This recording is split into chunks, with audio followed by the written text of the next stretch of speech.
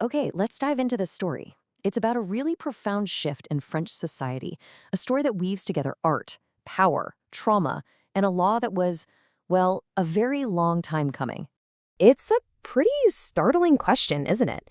I mean, 2021, for the very first time in its history, France only recently fixed a clear age of consent.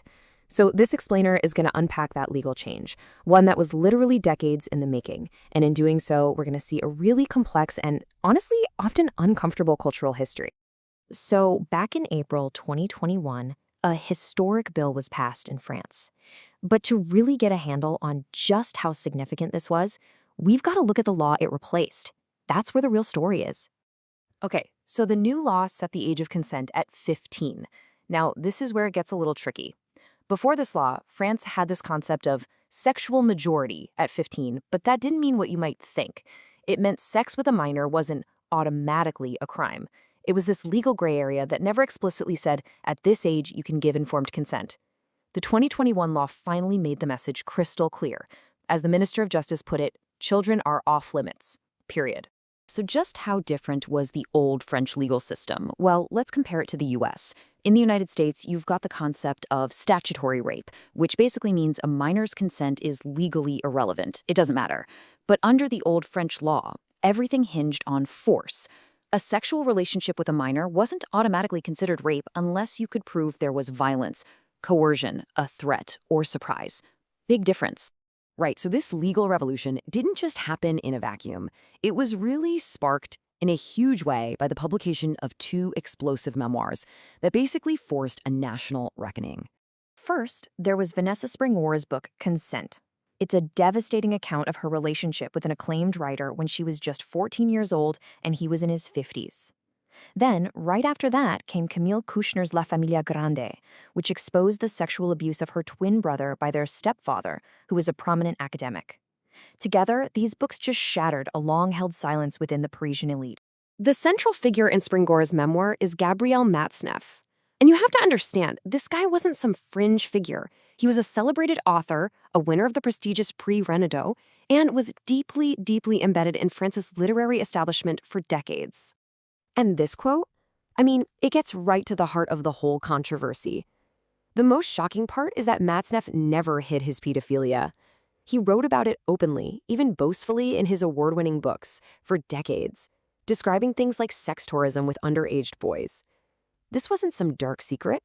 It was a published fact, right out in the open for anyone to see. So, the crucial question is, why?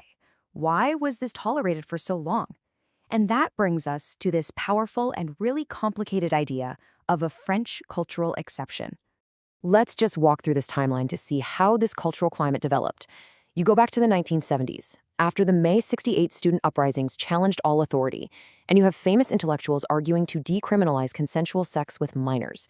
Their whole argument was that putting any limits on desire was a form of repression. By the 90s, this had evolved into a cultural stance against what they saw as American Puritanism.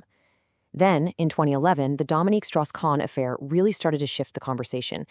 And of course, by 2017, the global #MeToo movement arrived in France.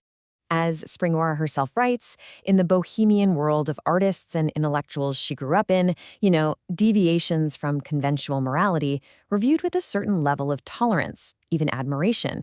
In that kind of environment, repressing a young person's sexuality could be seen as a form of repression. And it's in this climate that a figure like Matzneff could not only exist, but actually thrive. But these books do so much more than just expose a predator. They force all of us to confront a much more complicated, much more uncomfortable question about the very nature of consent when there's a massive power imbalance at play. This is the central paradox Springora explores. It's a psychological trap. She describes being madly in love, totally flattered by the attention of this famous writer. So how do you process that experience as abuse when you can't deny that, on some level, you consented, or at least felt desire? And the trauma wasn't just in her head. It had devastating real-world consequences. Springora describes how the dispossession began.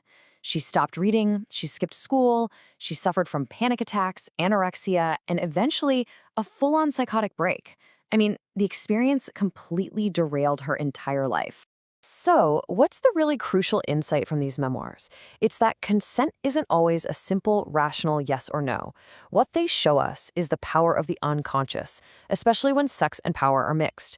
What your conscious mind wills and what your body and your psyche actually experience, well, those can be two very different things.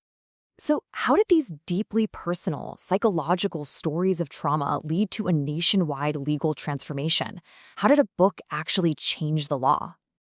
To put it simply, Springora's book was like a lightning rod.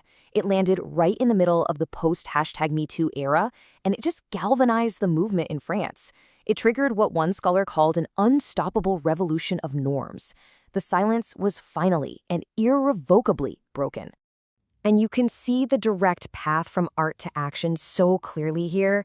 The memoir is released, it becomes a bestseller, a media sensation. That creates a massive public outcry.